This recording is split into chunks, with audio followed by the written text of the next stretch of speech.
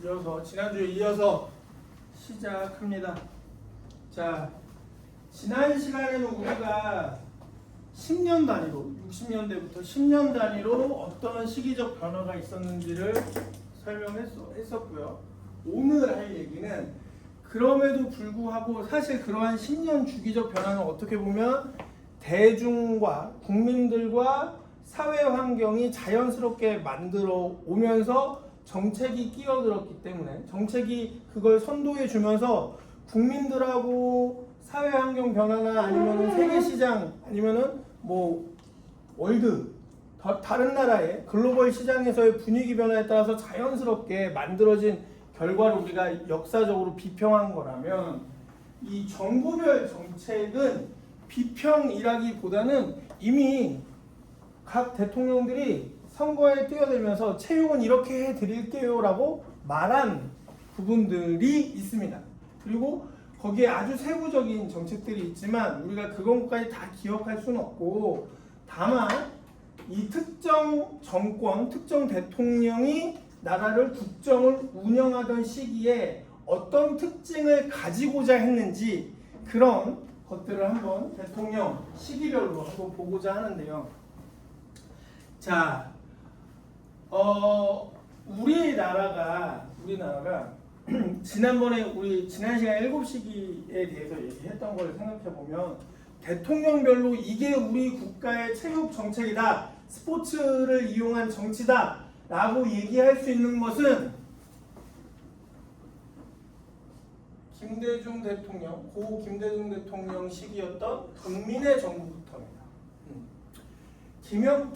김대중 대통령 이전에 김영삼 대통령이 있었죠. 근데 그 시기에는 처음으로 군사정권이 끝나고 일반인 출신인 정치인이 나라를 운영하게 됐다라고 해서 국민의 정부라는 용어를 쓰기 시작했어요. 그런데 그럼에도 불구하고 체육정책에서 특징적인 것을 이야기하지 못하고 있습니다. 왜냐하면 지금에 와서 돌이켜보면 그때는 막 군사정권을 끝낸 시기였고, 그리고 나서 새로운 대통령이 나타났는데 전에 있던 잔재, 안 좋은 것들을 닦아내기에 바빴어요. 우리가 우리 실력으로 우리 일반 대중이 국민이 스스로 자치를 할 수 있다라는 준비의 시기였기 때문에 우선은 군사정권의 잔존을 없애거나 아니면 그런 안 좋은 습관들을 조금이라도 닦아내는 데 치중했기 때문에 새로운 걸 만드는 데는 역부족이었을 것 같다라는 비평들을 많이 합니다. 논평을 많이 해요. 그래서 체육도 마찬가지. 이게 우리나라의 체육 정책이다라고 김영삼 정부에서 딱 내놓지 못해요. 그리고 그렇게 논평할 만한 것들이 많지 않아요. 다만 70년대, 80년대 군사정권 내에서도 그나마 여러 가지 정책적 이유로 인해서 전문 체육, 엘리트 체육을 잘 키워줬고, 그걸로 8강 올림픽을 잘 치렀고, 그걸로 여러분들이 지금 우리가 전문 체육이라는 환경, 이런 것들이 지금껏 이어져 오고 있는 처음의 바탕이 거기였는데 그걸 좀 더 잘 운영하는 정도에 그칩니다. 특히 왜 그럴 수밖에 없었느냐면, 자, 국내에서 88년도 서울 올림픽 이후에 딱 그 중간 시기였던 문민정부 김영삼 대통령 시기에는 큰 이벤트가 없었어요. 여러분들이 우리 학교에서 다른 이론 시간에 88년도부터 2002년도 사이에 큰 이벤트 뭐가 기억나는 거 있어요? 배운 거? 올림픽, 아시안 게임도 없어. 우리나라에서 개최된 것들 중. 그러니까 정부가 어떤 정책을 할 때는 지난 시간에 배웠죠. 정책을 할 때는 처음에는 뭐가 필요하다? 요구를 확인한 다음에 그 요구에 따라 돈을 쓰기 위해서 뭐가 필요하다고 했어요? 법이 필요하다고 했고, 법이 만들어지면 이 법을 근거로 해서 예산을 쓸 수 있다라고 얘기를 했어요. 기본적으로. 근데 큰 대회가 있다라는 건 뭐야? 요구야, 요구. 어떤 필요가 생겼다는 거야. 근데 김영삼 정권 내에서는 그 김영삼 대통령이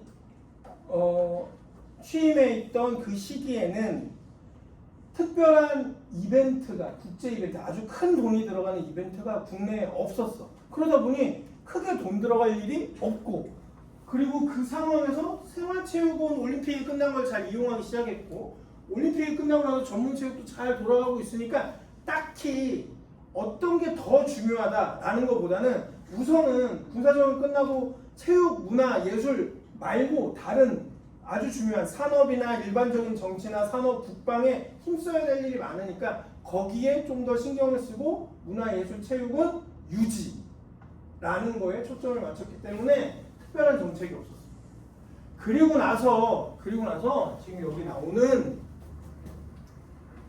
국민의 정부 김대중 대통령 정권이 들어섰을 때 체육을 위한 정책 또는 체육을 위한 흐름을 다시 한번 만들죠. 왜?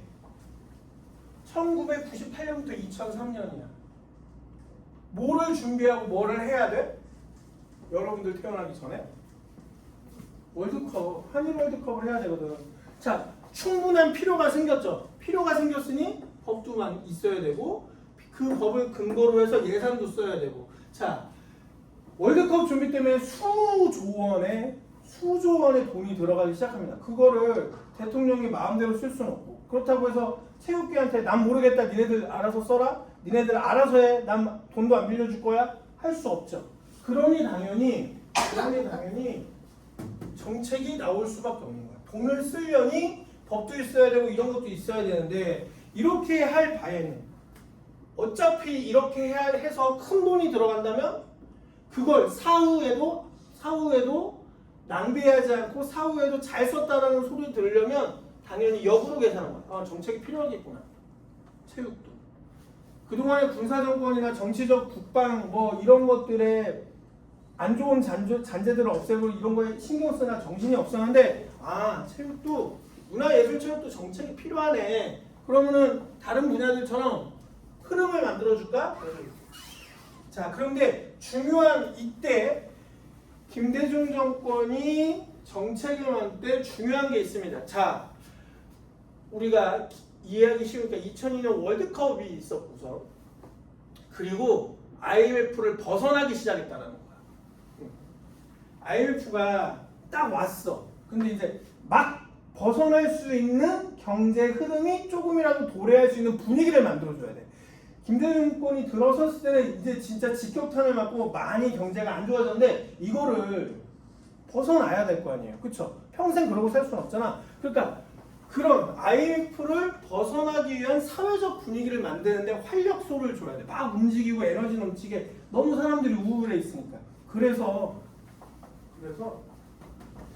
자, IMF 경제 위기다 보니 나라가 돈을 많이 쓸 수는 없어. 그런데 그 상황에서 월드컵도 해야 돼. 그래서 정부가 해야 되는 반드시 해야 되는 일 말고는 다른 일은 많이 안 할 거야. 대신에 자율성을 주고 너희들이 알아서 할 수 있게 도와줄게 라고 해서 IMF 경제 위기 속에 흔히 말하는 작은 정부라는 것을 표방합니다. 작은 정부는 큰 정부와 다르게 뭐냐?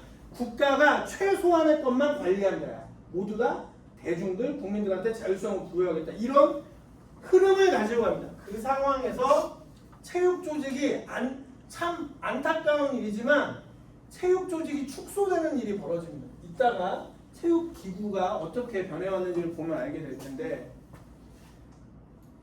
여기서 말하는 체육 조직의 축소란 뭐냐? 그동안에 군사정권화부터 지금까지에 보면 항상 우리나라의 국가 체육기관은 정부, 중앙정부 기구는 문화체육부 또는 최근은 다 문화체육관광부라고 써있어요. 관광부. 즉, 자, 이 안에 체육이란 말이 딱 들어가 있죠. 그렇죠? 딱 들어가 있어요. 체육도 문화의 일부라고 해서 문화부라 할 수 있음에도 불구하고 항상 체육이 들어가 있어요. 예전에 문화체육부의 체육은 전문 체육을 크게 양성하기 위함이었어요. 전문 체육을 큰 돈 들여서 근거 마련해서 예산수 해야 돼서 전문체육 중심의 체육이 들어가 있었어. 근데 지금의 체육은요, 문화의 하나일 수 있다는 체육임에도 불구하고 왜 체육을 따로 떼어서 얘기하느냐? 복지의 하나이기 때문에. 국민의 지난 시간에 얘기했죠. 건강해야 노동력이 좋아지고 의료비도 안 들어가고. 그래서 헬스케어, 요즘 말로는 헬스케어라는 말을 많이 씁니다. 헬스케어. 그냥 단순하게 건강은 아니고요. 헬스케어 아니면은 스포츠 복지라는 말을 많이 쓰는데 그것 때문에라도 문화랑은 조금 더 다른 차원으로 생각해야 된다. 좀 더 결이 다르게, 돈도 다르게 쓰고 정책도 다르게 하고 법도 다르게 해야 된다. 그래서 지금은 어쨌든 우리가 개념상 알기에는 체육은 분명히 문화의 하나인데 문화, 체육은 용어를 다르게 떨어뜨려서 관광부, 문화, 체육, 관광부. 그런 면에서 관광도 문화의 하나인데 문화를 향유하는 방법 중에 하나인데 관광도 따로 떨어져 있죠. 왜? 이것도 헬스케어랑 같은 개념이야. 체육하고 지금의 체육하고 같은 개념. 문화에 속하는 일종의 철학적 개념은 문화에 속하는 게 맞는데 여기 이 관광이라는 것이 결과적으로 갖고 오는 산업적인 성과, 경제적인 성과가 너무 크기 때문에 따로 떼어서 관리하는 거야. 중앙정부 따로 떼어서 문화라는 틀 안에 놓고 하면은 그 문화 안에서 차지하는 포션이 지금 현대인들한테 이 체육과 관광이 너무 큰데 이거를 문화라는 틀 안에다 넣고 하자니 특정한 중간 부서가 너무 비대해진단 말이에요. 그럴 바에는 따로 떼겠다라는 개념인 거죠. 중앙정부는 그렇게 움직입니다. 중앙정부가 움직일 때 그냥 단어 하나하나 산업 하나하나 다 일일이 부서를 만들어주는 게 아니고 얼마나 많은 예산과 법적 근거가 작동해야 되느냐를 보고 중요성을 따지는 거예요. 그래서 이름이 바뀌어요. 그래서 대통령이 새로 뽑힐 때마다 중앙부처의 이름이 바뀌는 경우들이 있어요. 그 이유가 뭐냐? 지금 현 시대에 어떤 일이 국민에게 더 필요하고 중요하고 더 많은 돈이 들어가는가를 보고 결정하기 때문이에요. 그래서 지금은 문화체육이 있어요. 근데 참 안타깝게도 아까 얘기했죠. 김대중 정부에서는 IMF를 벗어나야 되니 돈을 덜 써야 돼. 덜 쓴다기보다는 안 준다기보다 뭐냐? 있는 걸 좀 아껴 쓰자요. 그러다 보니 자 국방이나 안보, 경제나 산업에 일반적으로 국민이 당장 먹고 사는데 필요한 거 빼고는 최대한 축소를 하려고 했어요. 그러다 보니 체육이란 말을 빼버립니다. 문화관광부였어요. 당시에 유일하게가 아니죠. 김대중 정권하고 노무현 정부 때 체육이란 말이 빠집니다. 체육국은 있어요. 체육국은 있어서 문화관광부에서 체육을 관리해 주는데 자, 이 상황이 뭐냐? 선생님 아까 설명했던 문화 안에 속하는 체육으로 본 거예요. 문화 안에 속하는 체육. 그래서 예술체육을 다 같이 문화라는 틀 안에서 같이 운영하는 거지. 그래서 체육이란 말이 빠져도 된다 였어. 그렇게 되면 근데 문제는 중앙정부는 자 뭐라고 그랬어? 규모가 크고 중요성이 커야 이름을 붙여준다고 했어요. 체육이 빠지니 당연히 중앙정부의 논리상은 규모나 중요성이 떨어진 거야. 그래서 부서가 작아질 수밖에 없어. 부서가. 자, 그래서 이 시기에는 작은 정부를 표방하던 시기에서 모든 분야에 돈을 아끼기 위해서 그래서 자율성을 주고 우리는 최대한 세금을 최대한 조금 걷고 최대한 국가 운영을 안정적으로만 하겠다. 안전성이만 도모하겠다. 돈을 더 쓰다가 이 위기가 또 올 수도 있으니 관리만 하겠다는 개념이어서 체육도 관리만 해줄게. 좀 낮추자 해서 체육이 빠져버립니다. 문화의 하나니까 야 너희들을 놀리면 체육인들 너희들을 놀리면 문화, 예술, 체육, 관광부가 되는 게 정상 아니야? 라는 논리도 어느 정도 납득이 돼버린 거예요. 이때 당시에. 그래서 체육이 사라집니다. 다만 2002년 월드컵을 개최해야 되는 거 그리고 작은 정부를 표방하면서 전문 체육의 중심이 살짝 생활체육으로 옮겨가기 시작해요. 그래서 자 88년도에 우리 학교에 처음으로 사회체육 학과가 생겼지만 이 시기에 전 국의 전국 4년제, 2년제 대학들의 생활체육학과가 매우 많아집니다. 학과가 생길 때는 단순히 지금 유행하는 과들이 생기는 게 아니에요. 지금 유행하는 현상에 의해서 생기는 것도 있지만 그 반대편에는 유행하기 전에 미래는 어떨 거라는 걸 보고 미리 그 전문 인력을 양성하기 위해서 미리 생긴다. 그런데 88년도가 지나고 이런 상황 속에서도 이걸 지나가면 또 경제가 성장할 건데 그러고 나면 일반인들의 대중들의 생활체육 활동이 늘어날 테니 그러면 지도자가 많이 필요하겠지. 지도자가 많이 필요하겠지. 그래서 과들이 늘어납니다. 이 시기에 우리 학교도 자 사회체육학과랑 체육학과랑 경기지도학과밖에 없던 학교인데 이때 지금 여러분들이 우리 학교에 지금 알고 있는 과들이 다 이 시기에 생기는 거예요. 다 이 시기에. 무용학과, 이제 공연예술학과로 또 이름을 바꿨죠. 흐름에 따라서. 근데 당시에 무용학과 생겼고, 태권도학과 생겼고, 뭐 다른 그 뭐 스포츠 안전관리학과도 생겼고요. 미리미리 생각해서 흐름에 맞추어서 다음 세대를 생각하고 미리미리 생깁니다. 자, 작은 정부였기 때문에 체육은 중앙정부의 요건상 규모는 작아졌지만 흐름은 이미 미래를 이 작은 정부의 흐름에 따라서 국민들은 대중들은 미래를 보고 있었어요. 어쨌든 작은 정부에서 체육을 버린 게 아니고 생활체육이 스스로 클 수 있는 성장 배경이나 자율성을 줬으니까 결국에는 우리나라가 경제가 다시 회복된다면 생활체육 분야는 늘어날 거라는 걸 국민들이나 그 학자들이나 전문가들은 알고 있었던 거죠. 어쨌든 그래서 이 시기는 IMF 때문에 작은 정부를 표방할 수밖에 없었고 그 상황에서 특징은 문화체육관광부 또는 문화체육부라 했던 곳이 문화관광부로 축소되는 상황을 맞이했었다. 단 생활체육의 성장의 자율성을 많이 주어서 그 기반들이 그 이 시기에 많이 만들어질 수가 있었다. 자율성을 줬기 때문에.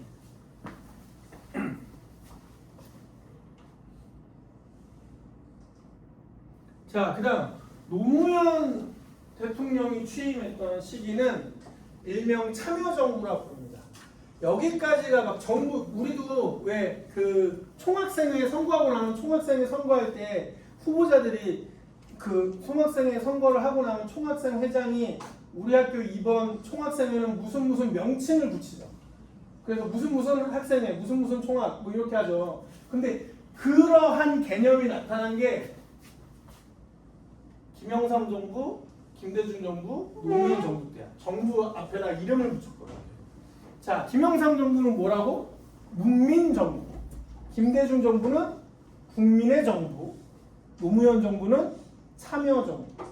참여정부. 이 개념이 뭐냐면요. 이걸 쉽게 설명하면 김영삼 정부의 문민의 정부는 뭐냐? 그냥 군사정권을 끝내고 일반인 정치인이 대통령이 됐다라는 뜻에서 문민정부였어요. 국민의 정부, 김대중 정부는 왜 국민의 정부가 했느냐? 이제 특정 권력 세력이 함부로 독재처럼 하는 게 아니고 국민을 위해서 정부가 발로 뛰겠다라는 개념의 국민의 정부. 노무현 정부는 자 국민을 위해서 정부가 일합니다에서 벗어나서 그걸 더 확장해서 국민 모두가 정부에 꼭 대통령만, 꼭 정치인만 정치를 하거나 정책을 고민하는 게 아니고 모든 국민이 투표권을 가진 만큼 선거권을 가진 만큼 모든 국민이 함께 정치를 하는 거다. 같이 만드는 국가다 해서 참여정부라는 말을 했습니다. 자, 그래서 이 참여정부는 처음 요즘 유행하는 요즘 이제 막 피어오르고 제대로 피어오르고 있는 이 스포츠 클럽 육성 정책을 처음 공부하기 시작합니다. 학자들. 자. 이게 다 정책적으로 이어지는 거예요. 국민의 정부, 김대중 정권 때 어떤 정부였어? 작은 정부였어. 자율성을 줬어. 자, 그래서 학자들이 고민하기 시작해. 자, 우리도 생활체육을 분명히 경제가 그래도 다시 회복되고 성장하면 생활체육이 점점 더 커질 건데 그리고 그것이 우리가 상상하는 게 아니고 실제로 선진국들이 경제가 성장하면서 그렇게 흘러왔다라는 거예요. 그래서 그러면 우리가 다시 IMF를 이제 벗어나서 회복하고 있는데 이 시기에 미리 선도적으로 다음 세대의 체육을 생각해야 되는데 그게 뭐지 해갖고 유럽의 선진국들 미국, 독일, 영국, 호주, 프랑스 등을 돌아다니면서 학자들이 공부합니다. 유럽형 스포츠 클럽을 한국형으로 어떻게 도입할까? 그래서 주로 한국형 스포츠 클럽에 대한 정책 보고서가 2005년, 2006년에 많이 나와요. 이걸 빨리 정책에 도입해야 된다라고. 그래서 기본적으로 산발적으로 돈이 있는 사람들이 알아서 하던 생활체육을 지역사회나 지자체, 지방자치단체 중심으로 스포츠 클럽을 좀 더 확장하고 본격화해야 된다는 얘기가 바로 참여정부 때 얘기가 나옵니다. 자, 그리고 참여정부 시기에 장애인 체육회가 독립하게 돼요. 새롭게 설립해요. 원래 이 이전에는요, 장애인 체육은 여기 지금 체육학과랑 경기지도과 학생들이 섞여 있는데 혹시 그 패럴 스포츠에 관계된 학생이 있나요? 한명 있고. 자, 본래에는 장애인 체육회, 우리나라가 2005년 이전에는 장애인 체육이 어떻게 전문 체육이 이루어졌었냐면요, 지금도 마찬가지긴 한데요, 두 개의 기관이 완전 독립적으로 활동했어요. 한 곳은 국가보훈처, 한 곳은 장애인 체육을 담당하는 종목별 협회들. 근데 이것도 그 국가보훈처가 하게 된 이유가 뭐냐면요, 자, 이건 조금 우리나라 역사와도 관계가 있는데요. 장애인 체육이 발달하게 된 이유 중에 우리나라가 한국전쟁을 겪었다는 겁니다. 상위국인가요? 전쟁 중에 부상당하신 분들이 자기의 건강활동을 위해서 체육을 배웠고 그걸 직업으로 삼게 된 거예요. 그런데 그 상위국민들은 어디에서 예산을 받거나 어디에서 도움을 받냐면 보훈처에서 도움을 받거든요. 그래서 보훈처가 나서서 그 상위국민들이 생활체육, 자기 건강을 위해서 배운 종목이 올림픽에 있다면 열심히 배워서 올림픽도 나가보세요, 패럴림픽을 나가세요 라고 해서 도와주기 시작하면서 상위국민들의 전문체육화를 보훈처가 담당을 다소 했었습니다. 그러다 보니 나눠졌어요. 근데 2005년에 장애인 체육회가 설립되면서 패럴림픽에 정식적으로 공식 단체로, 대표 단체로 활동을 하게 되면서 점차 보훈처에서 관리하던 종목들이 넘어오게 됐죠. 그 이전에는 어떻게 했었느냐, 이 종목은 상위 군인들이 담당해. 특히 군인들하고 친숙한 종목들, 활 쏘는 거, 양궁, 사격 이런 건 보훈처가 해요. 군인들하고 좀 친숙한 종목들. 그 이외에는 대한체육회가 할게, 이 장애인 종목들 협회, 일반 종목들이 할게 라고 하다가 대한장애인체육회가 설립되면서 지금은 패럴림픽 중심으로 해서 대한장애인체육회가 모두 다 관리하고 있습니다. 지금도 여전히 생활체육이라는 개념으로 보훈처가 관리하는 종목들이 남아있어요. 하지만 패럴림픽 때문에 대표단체는 장애인체육회가 활동을 하고 있다. 근데 이런 것들이, 자, 국민의 정부는 정부가 열심히 국민을 위해서 일하겠습니다, 관리만 하겠습니다 했는데, 참여정부는 국민들이 정책에도 참여하고 스스로 많이 이야기하고 스스로 자생적으로 살 수 있는 여건을 충분히 만들어줄 테니까 열심히 해주세요 라고 했더니 생활체육이 더 커지게 됩니다. 자, 그래서 특징, 성별, 계층, 지역 차별 없는 체육 환경을 조성하려고 했고, 그 방법으로 지역사회에 뿌리 내리는 한국형 스포츠 클럽 양성이라는 정책을 들고 나왔다. 처음. 자, 그래서 선생님이 OT 때부터 강조하는 그 스포츠 클럽, 한국형 스포츠 클럽이라는 정책을 처음 세상에 선보인 거, 국내에 선보인 거는 바로 참여정부 시절이다. 자율성을 더 강화하면서도 국가가 최대한 지원하는 방식을 선택했다. 자율성을 보장하면서도 국가가 최대한 지원하는 방식. 자, 이때부터는 무슨 정부 이름 붙이기가 조금 그 뭐라고 할까 여러분들 말로 닭살 돋았나 봐요. 그래서 이 시기부터는 정부 이름을 붙이지 않아. 그랬더니 기자들이 이름을 붙입니다. 그래서 대통령 이름 그대로 붙여갖고 무슨 누구누구 정부 누구누구 정부라고 하는 거예요. 그 선거를 준비할 때 대통령 선거를 준비할 때 대통령들이 우리가 정부를 열고 나면 이런 정부가 될 겁니다라고 해서 김대중 정부와 노무현 정부는 정부 이름을 붙였는데요. 이명박 정부부터는 이름을 안 붙여. 그러다 보니 기자들이 이름을 붙여서 그냥 대통령 이름 붙여서 무슨 누구누구 정부라고 이름을 붙이기 시작한 거예요. 그래서 이것도 기사 쓸 때 기니까 여러분들이 뭐 어렸을 때 뭐 요즘에도 이 예전 이명박 정부를 얘기할 때 예전 용어를 쓰긴 하는데요. 들어본 적 있는지 모르겠어요. MB 정부. 그게 이명박 정부를 기사로 쓰려고 하는데 세 글자 쓰는 것도 귀찮은 거야. 그래서 알파벳 이니셜로 그냥 MB 정부라고 한 게 이명박 정부입니다. MB 정부라고 한 게. 자, 근데 그것도 MB 하니까 이게 뭐라 그래야 돼? 발음이 입에 붙으니까 써지는 거죠.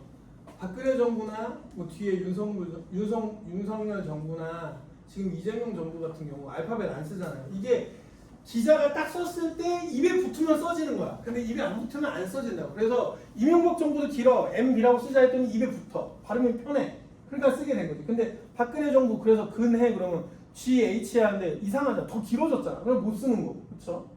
그리고 윤석열 정부도 윤석열 그 발음이 너무 딱딱해. 그러니까 어떻게 그냥 윤만 쓰잖아. 윤 정부, 윤 대통령 그런 식으로.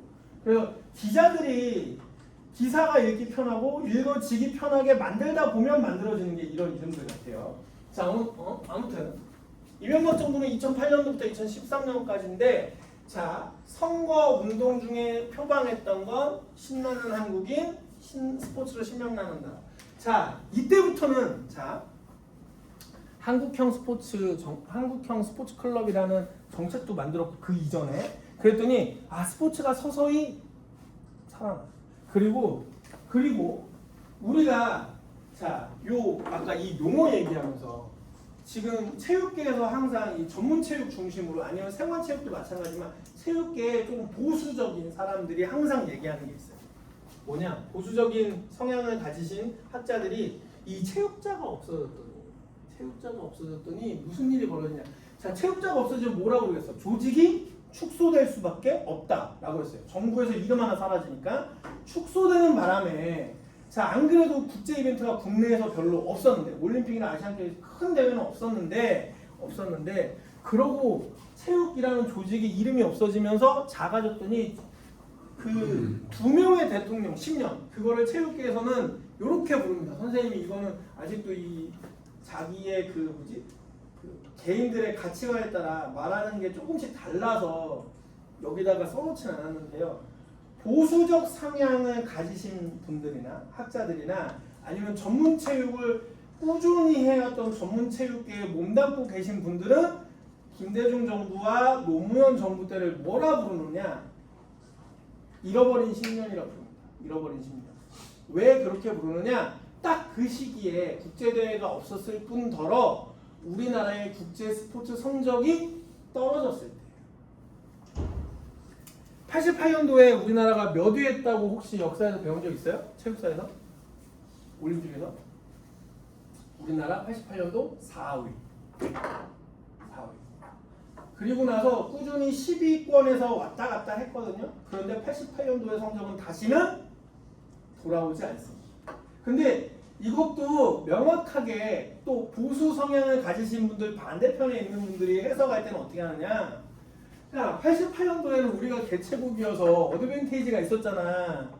예선 안 치르고 나가거든. 그러니까 많이 나갔으니 많이 나간 거에서 조금이라도 메달을 더 땄다 이거예요. 그리고 당시만 하더라도 지금처럼 디지털 기술로 판정을 명확하게 로봇처럼 못한다고. 그래서 심판이 조금이라도 어드밴테이지 주고 애매하면 홈팀한테 점수를 더 주고 홈팀이 유리하게 판정을 하는 문화가 남아있어.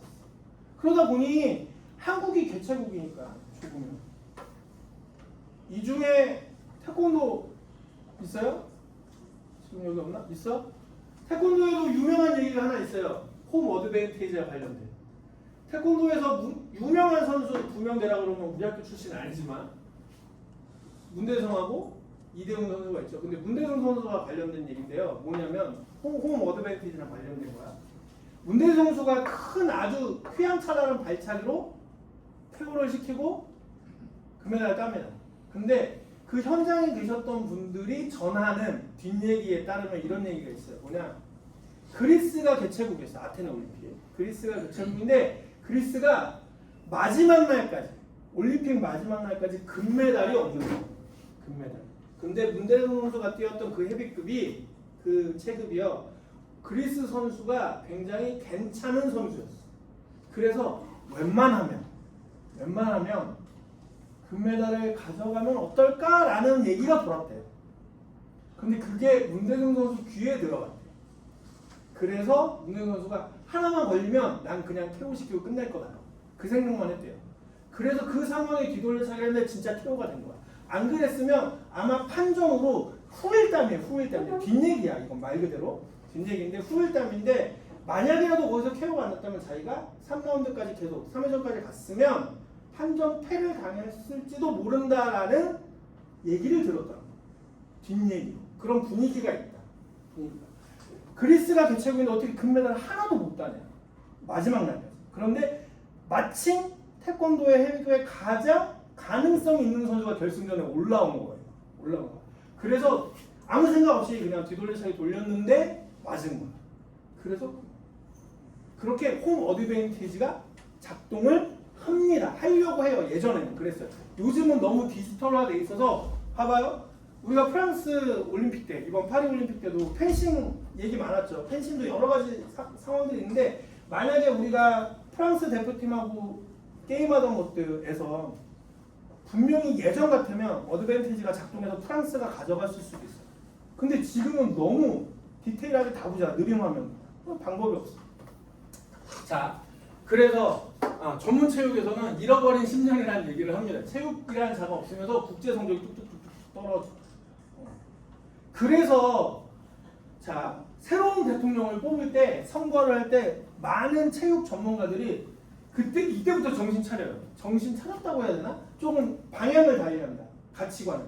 우리는 군사정권 시절부터 나라가 주는 예산과 지원을 가지고 열심히 국위 선양하면 된다고 생각했는데 그렇게 했더니 우리의 지위가 점점 낮아지네. 최소한의 거라도 하자. 그래서 이명박 정부가 출범을 하기 전 선거 때부터 체육 전문가들이 적극적으로 선거 캠프에 들어가서 체육 정책을 만들어요. 체육 정책. 그게 MB 정부 때부터 MB 대통령 이명박 대통령이 당선했던 그 시기부터 선거 운동에 매우 많이들 관여를 합니다. 지금도 여전히 그래요. 이제는 사회 전 분야가 대통령 하나 뽑을 때요. 각 분야의 사람들이 마구마구 전문가라는 닉네임을 달고 가서 무슨 특보, 무슨 보좌관 이런 식으로 해서 어드바이스를 많이 줍니다. 정책을 만들 수 있도록. 근데 그걸 적극적으로 했던 게 첫 번째가 이 시기예요. 잃어버린 10년 더 이상 만들면 안 돼요. 이러다가 점점 엘리트가 성적이 떨어지면 우리나라는 안 그래도 인구가 적어서 의도적으로 키워야지 성적이 나는데 이런 식으로 하다가는 더 떨어질 거다.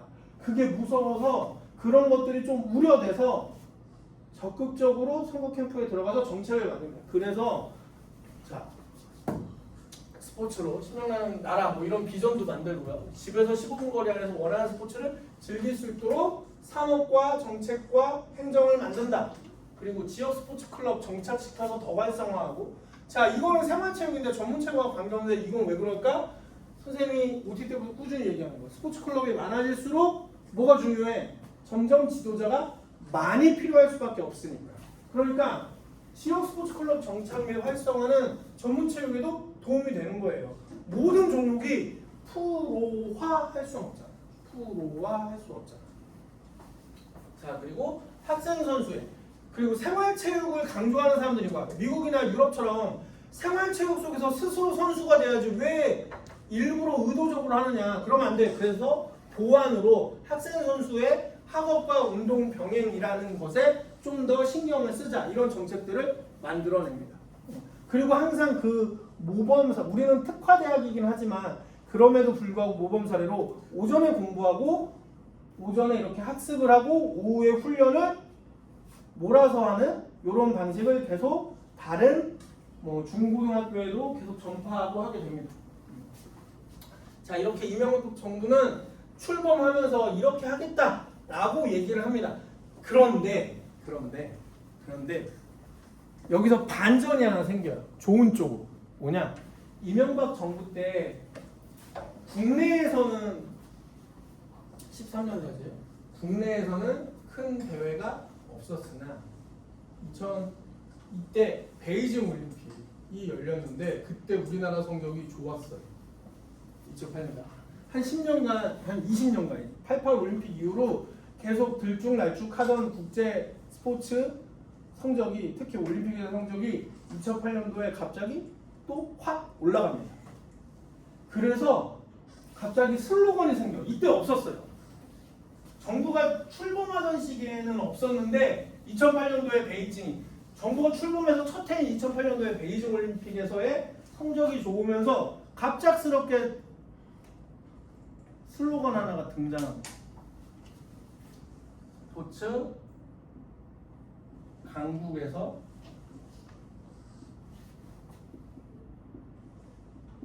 선진국으로, 이 슬로건이 지금 등장합니다.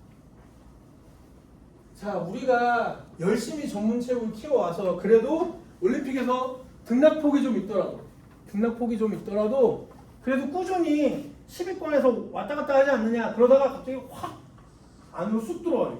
그때 6위였나? 선생님 기억이 6, 8 정도였을 거예요. 그런데 그렇게 되는 순간, 자 봐봐, 우리가 경제는 OECD 20개국 안에 들어와 있는데 스포츠는 10등 안에 들어오잖아. 대단한 나라야. 이제 우리나라는 단순히 스포츠 강국이 아니고 스포츠에서만큼은 선진국, 우리가 전 세계를 주도하는 거야 라고 얘기를 하고 있어요. 우리나라가 뭐 여러분들이 지금 살고 있는 이 시대에는 우리나라가 다른 나라의 원조, 돈을 주거나 물건을 주거나 하는 원조 국가가 됐어요. 그리고 그렇게 살고 있다고 알고 있지만 우리나라가 그런 원조 국가, 그러니까 다른 나라를 도와주는 원조 국가가 된 거는 오래되지 않았어. 그런데 그 어떤 분야에서보다 가장 먼저 원조, 개발, 이런 정책을 펼쳤던 건 스포츠랑 문화예술 분야입니다.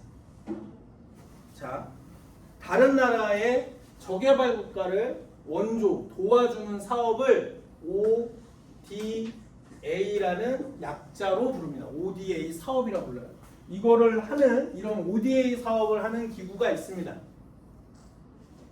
한국 국제 협력 기구라 해서 하는 곳이 있어요. 여기서 스포츠, 문화, 예술, 그리고 뭐 주택, 건물 짓는 거 등등 각계 각층의 분야의 자원봉사자들을 모아다가 저개발 국가에 보내줘요. 일 좀 해주세요, 도와주세요라고. 근데 이걸 지원, 자원 조달하고 이 사업을, 이 ODA 사업을 중심으로 기본으로 하는 곳이 코이카라는 곳입니다. 그래서 우리나라가 요 시기부터 스포츠를 이용한 ODA도 늘어나기 시작합니다.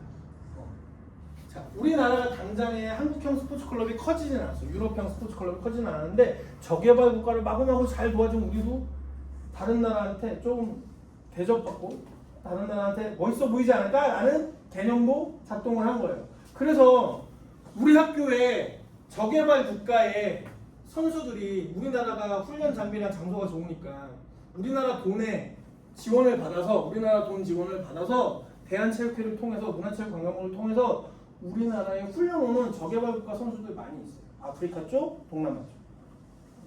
동계 스포츠는 평창에서 훈련하고, 그리고 하계 올림픽 스포츠는 우리 학교, 우리 체대랑 뭐 경희대, 용인대 그런 대학, 체육 시설이 잘 되는 대학교에, 그리고 숙박 시설도 저렴한 비용으로 기숙사가 많이 되어 있는 곳에 육상이라든가 기초 종목에서 우리도 배우는 거예요. 왜냐면 우리보다 피지컬이 좋은 선수들이 와서, 아직 환경이 약할 뿐이지 우리보다 피지컬이 좋아. 같이 운동하면 좋잖아요.